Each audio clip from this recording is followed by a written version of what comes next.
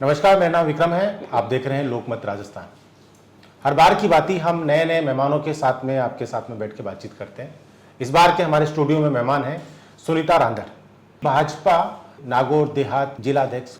आज बातचीत करेंगे इनकी राजनीति क्या है, भाजपा संगठन कैसे काम करता है, नागौर की राजनीति क्या है और खास करके नागौर देहात में किन किन लोगों का सबसे ज्यादा वर्चस्व है, आगामी चुनाव पर क्या रणनीति होगी, महिला होने के नाते संगठन में काम करना कैसा लगता होगा।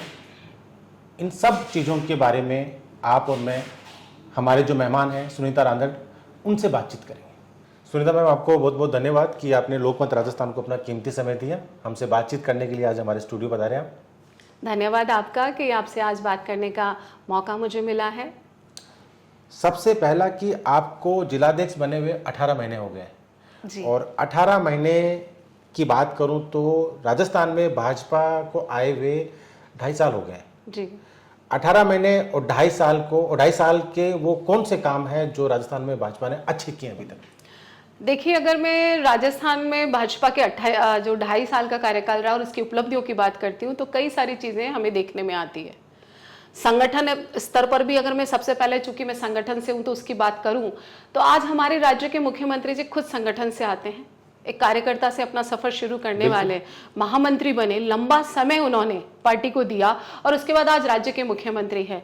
उनके आने से संगठन में एक मजबूती आई, हर कार्यकर्ता में एक विश्वास जगा कि कोई तो तीसरी आंख है जो हमें हर वक्त देखती है और निश्चित रूप से यहाँ हर व्यक्ति सर्वोच्च पद पर पहुंच सकता है। पार्टी की निगाह में सब कुछ एक बहुत बड़ा भरोसा जगा है। और इसके बाद आप देखिए कि आज के वक्त, इस वक्त राजस्थान में संगठन जितना मजबूत है, जितने पावर में आपको दिखेगा, इससे पहले कभी नहीं रहा। इसका मुख्य कारण हमारे मुख्यमंत्री जी हैं, क्योंकि वो एक आम कार्यकर्ता से निकले हैं। उन्हें पता है कि कार्यकर्ता किस तरह से काम करता है, कितनी उसे फील्ड में प्रॉब्लम्स आती हैं और उसको वो कैसे फेस करता है। तो उन्होंने संगठन की मजबूती पे बहुत ध्यान दिया। अब बात होती है कि राज्य के आर्थिक विकास की। आप देखेंगे जल संधियां हुई है, क्योंकि राजस्थान की जो 2-3 समस्याएं थी, भाई बिजली, पानी, अगर हम बात करें पानी के रूप में राजस्थान को आत्मनिर्भर बनाने की बात, काम हमारे मुख्यमंत्री जी ने किया है। ऊर्जा की अगर मैं बात करूं तो सोलर में राजस्थान आज इंडिपेंडेंट होकर दूसरे राज्यों को बिजली देने वाला राज्य बन चुका है। पहले हमारे यहाँ आप देखते थे कि किसानों को सिंचाई के लिए रात में बिजली मिला करती थी, कड़कती ठंड में भी। अब ऐसा नहीं है, घंटों कटौती होती थी, अब ऐसा नहीं है। आज राजस्थान ऊर्जा के क्षेत्र में आत्मनिर्भर हो चुका है, दूसरे राज्यों को बिजली दे रहा है। हमने नए निवेशकों को लेने के लिए हमारे मुख्यमंत्री जी ने बहुत काम किया है। हर साल हमारा निवेश समिट होता है, नए MOU लाए जाते हैं कि राजस्थान में और ज्यादा उद्योग धंधेपन पे। तो हर तरह से मैं देखूं, अगर कोई भी छोटे से छोटा, आप देखिए पहले आपने इतनी आत्मीयता से हर फेस्टिवल पे मुख्यमंत्री जी को मिलते नहीं देखा होगा आम जनता से। अभी राखी से लेकर होली से लेकर दिवाली, हर त्योहार पे हमारे मुख्यमंत्री जी मुख्यमंत्री आवास में कार्यकर्ताओं को बुलाते हैं। मेरा खुद का अनुभव रहा है, मेरे कई मंडल अध्यक्षों ने कहा कि अध्यक्ष जी, हम इससे पहले कभी मुख्यमंत्री आवास गए ही नहीं, हमें किसी ने बुलाया नहीं। अब हमारे मुख्यमंत्री जी खुद उन्हें बुलाते हैं, उनसे मिलते हैं, उनके साथ बैठते हैं, तो लगता है कि मुख्यमंत्री हमारे। आप सोचिए, कार्यकर्ताओं में एक बड़ा विश्वास जगा है और राजस्थान को निश्चित रूप से धीरे धीरे एक नवीन ऊर्जा मिल रही है। आपका परिवार है वो संघ से जुड़ा हुआ है, आप लंबे समय से भाजपा की कार्यकर्ता रही है, तो आप इस बात को कनेक्ट करते हो क्या कि मुख्यमंत्री है जो आम जनता से, आम गांव का सरपंच और यहाँ सालों बैठ के भाजपा कार्यालय में काम किया, उनको पद मिला मुख्यमंत्री का, तो क्या मुख्यमंत्री जी इन दिनों राजस्थान में ऐसे लोगों को पद दे रहे हैं, ऐसे लोगों को आगे कर रहे हैं जो सालों से काम कर रहे हैं?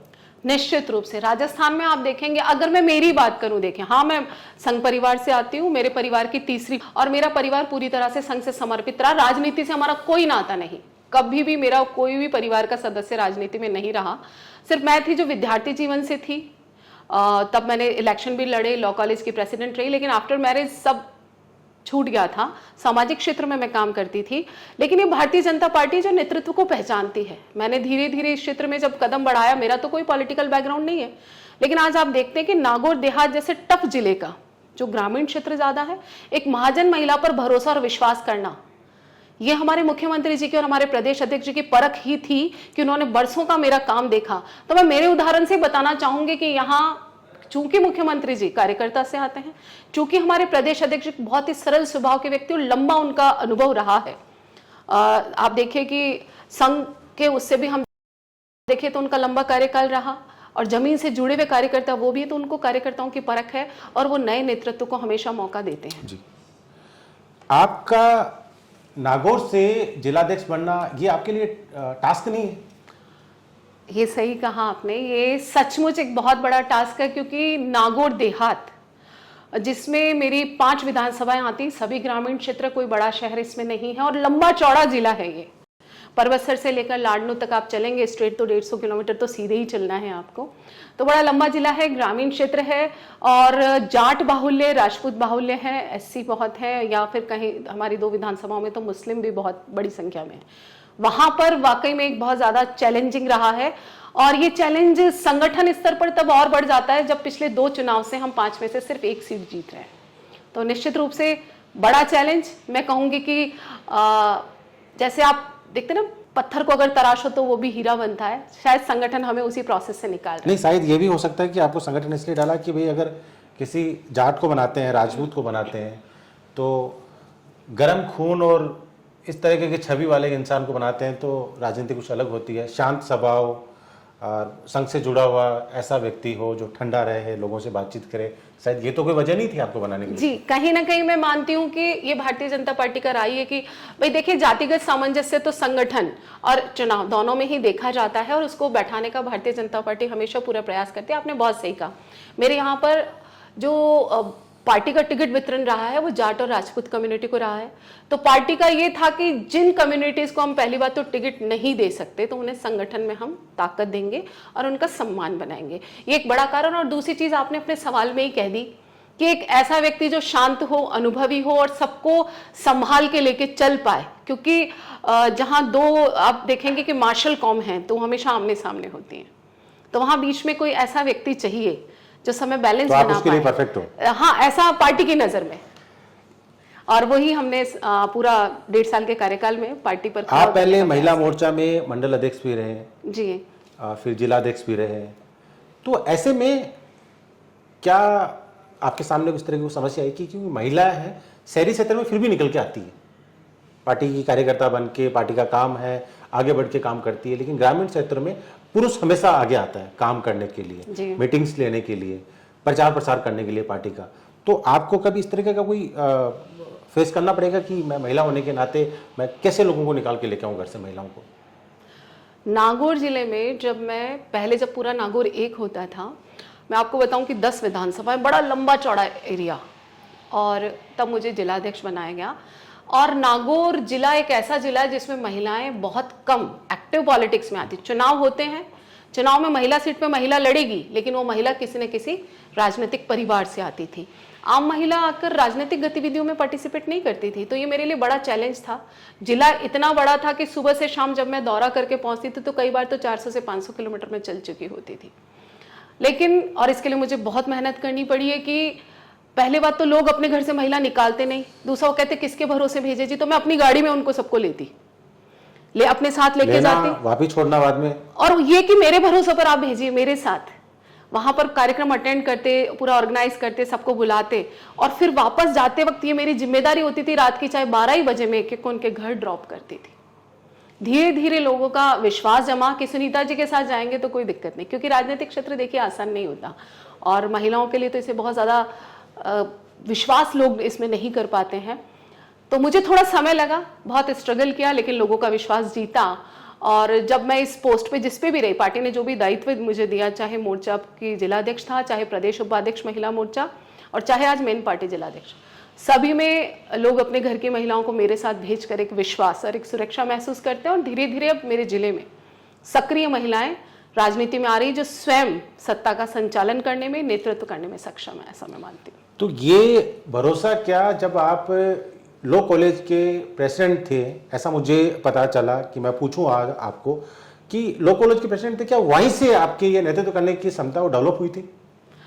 बिल्कुल, आप ये कह सकते हैं। वैसे तो मैं ये कहूँगी तो जेनेटिकली मुझ में ये है, क्योंकि मैं परबतसर विधानसभा मेरा पीयर है और मकराना विधानसभा ससुराल।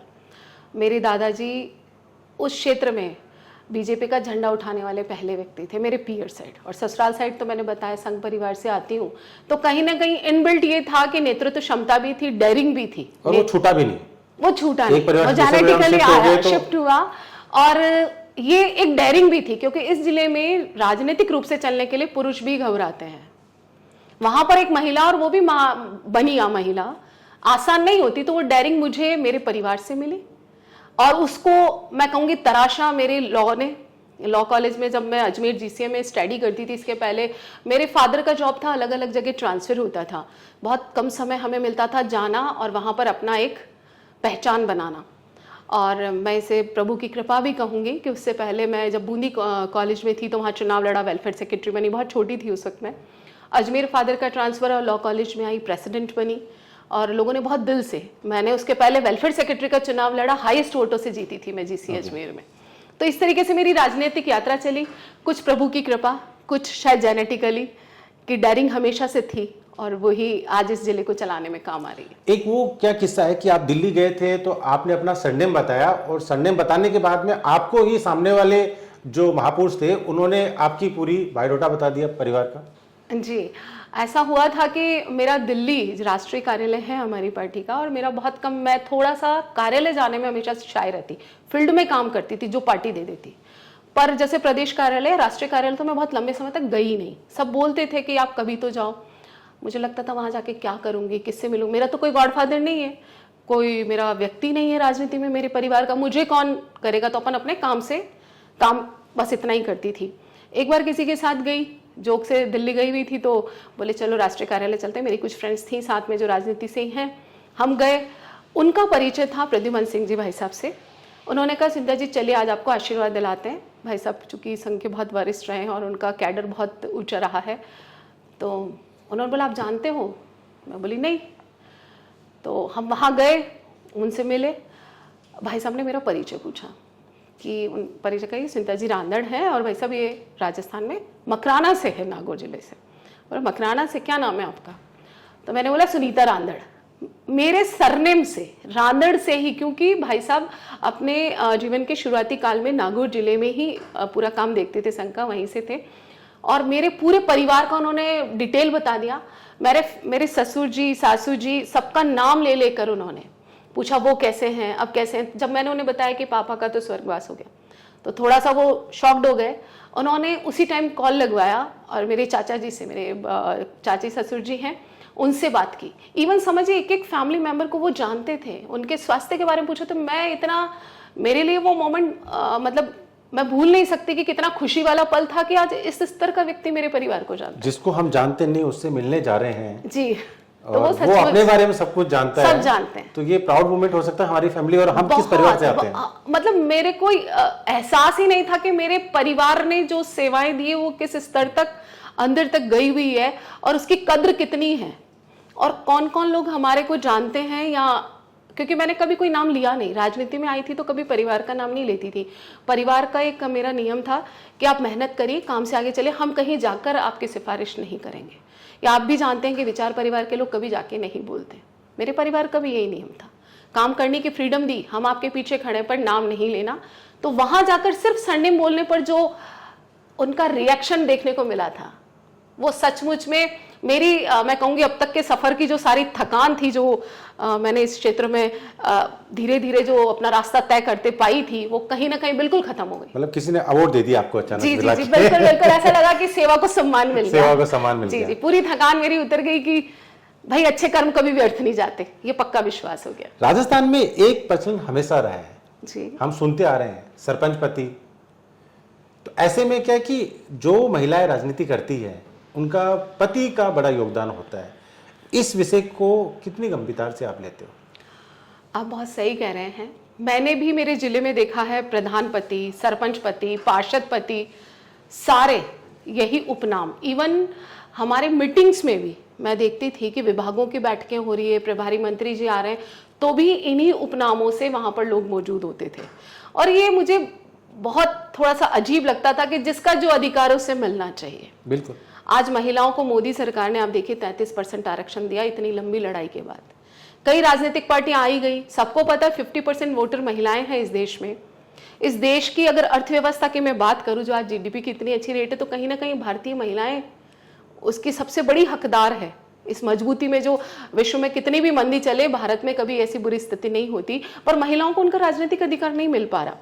जहां कहीं राजनीतिक तौर पर महिला सीटें आरक्षित है, लेकिन वहां पर एक्टिव महिलाएं नहीं आ रही। राजनीतिक घरानों से महिलाएं आ जाती है, वो पर्दे में रहती है और उनकी जगह उनके घर वाले पूरा प्रशासन में हिस्सा ले रहे होते हैं, शासन चला रहे होते हैं। तो ये कहीं ना कहीं बहुत हर्ट करता था। पर मैं अब देख रही हूँ धीरे धीरे परिस्थिति में बदलाव आया है।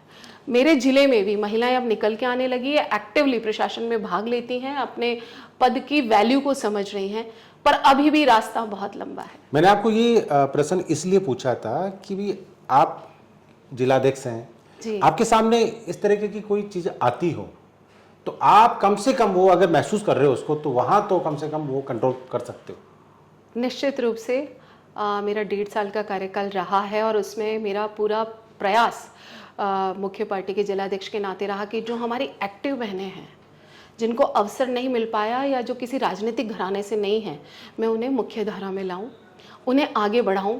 क्योंकि अगर हम सच में महिलाओं के हित की बात करना चाहते हैं तो हमें महिलाओं को लाना पड़ेगा। उनकी तकलीफें वही जानती है और उनके लिए आवाज़ कोई एक्टिव महिला उठा पाएगी। प्रधान पति नहीं उठा पाएगा, पार्षद पति नहीं उठा पाएगा, या सरपंच पति वो तकलीफ नहीं समझ सकता जो वो महिला खुद जानती है। बिल्कुल। तो बेटर है कि वो महिला खुद आए और वो जब नीति निर्माण में हिस्सेदार बनेगी तो आप मानिए और अच्छी नीतियां बनेगी जो इस देश की आधी आबादी के जीवन को और उन्नत बना सकती है। तो इसमें हमारा प्रयास रहता है नए महिला नेतृत्व को आगे लाना और उन्हें विश्वास की भावना देना और अवसर प्रदान करना। एक जिलाध्यक्ष के तौर पर मेरा सबसे पहली प्राथमिकता यही रहती है, क्योंकि अब तो 33% आरक्षण भी आ गया है। मैं पूरी राजनीतिक बात नहीं करूंगा, लेकिन महिला मोर्चा की जरूर बात करूंगा। राजस्थान में महिलाओं को आज तक जिन महिलाओं ने राजनीति की है, जिन्हें नेतृत्व किया राजस्थान की, चाहे वो कांग्रेस का हो चाहे बीजेपी का हो, मैं उस विचारधारा पर नहीं जाना चाहता हूँ। जी जी। मैं सिर्फ महिला की बात करता हूँ। कोई पसंदीदा महिला क्या मुझे इस जैसा बनना है राजस्थान में देखिए, राजस्थान में तो जो राजस्थान की राजनीति में महिला टिक जाती है और प्रदेश स्तर पर अगर कोई आकर इलेक्शन फाइट करके सर्वोच्च पद को लेती तो वाकई में बहुत डेयरिंग वाली महिला होती है। क्योंकि यहाँ का समाज अलग ही सिस्टम में चला है, हम परंपरावादी रहे हैं, महिलाओं के लिए रास्ते आसान नहीं रहे हैं। तो मैं कोई एक नेत्री तो नहीं बोल सकती, लेकिन मैं कहूँगी कि किरण जी माहेश्वरी दीदी की मैं प्रशंसक रही हूँ, उनके काफ़ी करीब भी रही हूँ और उनको देखकर मैं सोचती थी कि उनका देखिए ये प्रभु की इच्छा मानिए कि बहुत जल्दी वो चली गई, पर उनको देखकर मैं सोचती थी कि दीदी भी तो इतनी हिम्मत से काम करती हैं। आज राष्ट्रीय उपाध्यक्ष हो रही, हमारे यहाँ पर मंत्री रही वो राज्य सरकार में, तो उनको देखकर मैं हमेशा इम्प्रेस होती थी। यूँ देखा जाए तो आदरणीय वसुंधरा जी की डेयरिंग भी अपने आप में एक उदाहरण होती हैं। ऐसी कई हमारी महिला नेत्रियाँ रही हैं जिनको देखकर हमें लगता है आज दिया जी बहुत अच्छा कर रही हैं, तो इनको देखकर एक हिम्मत आती है कि हम भी कर सकते हैं। अगर मौका मिलता है तो निश्चित रूप से अच्छा नेतृत्व देने का प्रयास हम भी कर सकते हैं। नारी शक्ति वंदन का जो कार्यक्रम था उसमें राजस्थान से आपको कोऑर्डिनेटर बनाया गया जी। यहाँ से कितनी महिलाओं को आप संसद लेके गए, क्या कार्रवाई थी वहाँ दिखाने वाली, ये सारी नारी शक्ति वंदन बिल जब अधिनियम संसद में पेश हो रहा था उस वक्त मेरे पास राजस्थान में महिला मोर्चा में प्रदेश उपाध्यक्ष का दायित्व था और मुझे जिम्मेदारी दी गई थी, मुझे कोऑर्डिनेटर बनाया गया और ये कहा था कि लगभग 2000 के करीब महिलाएं राजस्थान से हमें उस ऐतिहासिक क्षण के साक्षी बनने के लिए हमें ले जाना है। हम बहनों के लिए भी एक प्राउड मोमेंट था, जो एक लंबा 35-37 साल का संघर्ष रहा और जो बिल हर सरकार में अटकता रहा, अब वो सदन में आ रहा था।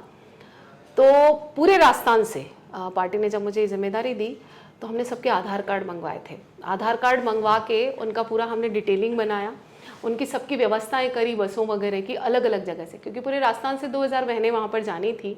उनके साथ पूरी टीम लगाई गई थी जिसमें अपूर्वा जी थी, उस वक्त हमारी प्रदेश अध्यक्ष रक्षा जी भंडारी थी, बाकी भी पूरी टीम इसमें तब काम कर रही थी। तो उनकी सहायता से उस वक्त लगभग 2000 के करीब बहनें हम लोग दिल्ली पहुँचे। वहाँ पर हमारे जो सांसद थे बालकनाथ जी, उनके यहाँ हम लोगों के भोजन की व्यवस्था करी गई थी। वहाँ हम सब ने भोजन लिया और उसके बाद अलग अलग, क्योंकि वहाँ आप देखेंगे छोटे छोटे स्लॉट थे, उनमें ग्रुप अलग अलग ग्रुपों में हमें वहाँ पर कार्यवाही देखने के लिए बिठाया जा रहा था।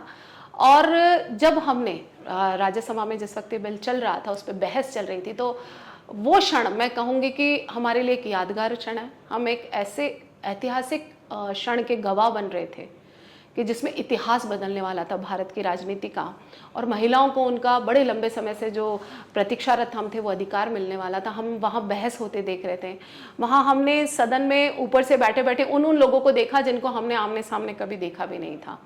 और ये देखिए रात तक वो कार्यवाही चली थी, रात को प्रधानमंत्री जी देर रात को वहाँ पर आए थे, और उसके बाद वापस इतनी बहनों को बस में लाकर उनके गंतव्य तक पूरे राजस्थान में भेजना एक सुरक्षित तरीके से अपने आप में एक बड़ा चैलेंजिंग टास्क था। पर हम सभी बहुत उत्साहित थे, बहुत खुश थे। अंदर हमें ये भी अवसर दिया गया था कि हम हमारे पुराने संसद भवन को देख पाएँ, वहाँ की कैंटीन को देख पाएँ। तो ये पल इस अधिनियम के तौर पे मैं कहूँगी कि यादगार पल था पूरे राजस्थान के महिला मोर्चाओं के लिए और हमारी बहनों के लिए। ये पहली बार ऐसा हुआ कि राजस्थान पहली से बार, महिला आई? बिल्कुल बिल्कुल।